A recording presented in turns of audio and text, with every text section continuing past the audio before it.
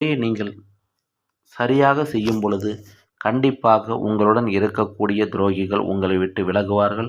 அது விலகுவதற்கு காரணமாக இந்த சண்டை அமையும். இதை செய்வதற்கு நமக்கு தேவையானது ஒரு சுத்தமான தண்ணீர் குடிக்கக்கூடிய காப்பர் டம்ளர். இது செய்வதற்கு காப்பர் டம்ளர் கண்டிப்பாக தேவைப்படும். இருக்கக்கூடிய அன்பர்கள் பயன்படுத்தி கொள்ளுங்கள். இல்லாதவர்கள் பக்கத்தில் உள்ள பாத்திர கடையிலாவது வாங்கி பயன்படுத்துங்கள். இந்த காப்பர் டம்ளரில் சுத்தமான தண்ணீரை, அதாவது வேறு யாரும் குடித்திராத அல்லது வீட்டில் கொண்டு வந்து வைத்து வேறொருவர் குடித்து மீதமுள்ள நீரை பயன்படுத்தக்கூடாது. இதுக்கு சுத்தமான நீர் என்றால் உங்கள் வீட்டில் அடிப்பம்பில் வரக்கூடிய தண்ணீராக இருக்கலாம், அல்லது ஆற்று நீராக இருக்கலாம், அல்லது வீட்டிற்கு வரக்கூடிய குடிநீர் குழாய் இணைப்பில் இருந்து வரக்கூடிய நீராக இருக்கலாம். அந்த நீரை பிடித்து இந்த டம்ளரில் வைத்து கொள்ள வேண்டும். அந்த டம்ளரில் நீர் வைத்த பிறகு வெளியில் உள்ள சுத்தமான இடத்திலிருந்து அருகம்புல்லில் 2 அருகம்புல் நுனிகளை மட்டும் பறித்து வந்து அந்த நீரில் போட வேண்டும்.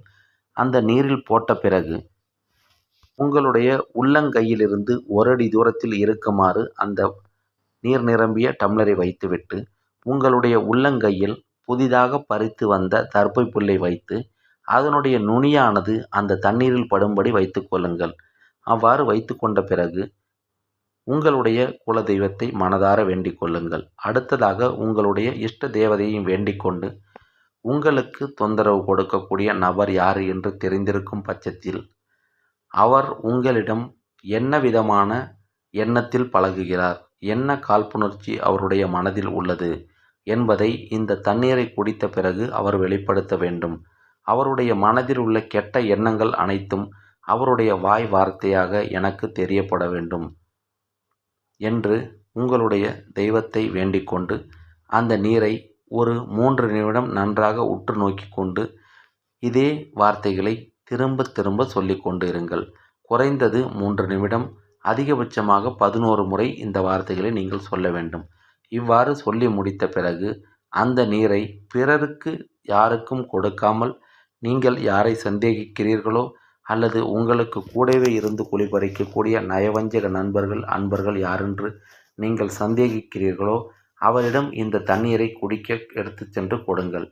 அவர் அந்த தண்ணீரை குடிக்கும் முன்பாக அதில் போட்டுள்ள அருகம்புல் நுனிகளை எடுத்துவிட வேண்டும். எடுத்துவிட்டு அந்த தண்ணீரை குடிக்க கொடுங்கள். அந்த தண்ணீரை குடித்த பிறகு அதிகபட்சமாக 5 நிமிடங்கள் ஆன பிறகு அந்த நண்பரை நீங்கள் விளையாட்டிற்காக கேலி செய்வது போல கிண்டல் செய்து பாருங்கள். அப்பொழுது அவருடைய முகமானது திடீரென மாற்றம் ஏற்பட்டு நீங்கள் கிண்டலாக கேட்ட கேள்விகளுக்கு அவர் மிகவும் ஆக்ரோஷமாகவும் கடுமையாகவும் உங்களை மிக இழிவாகவும் பேசும் வகையில் பதிலளிக்க தொடங்குவார்.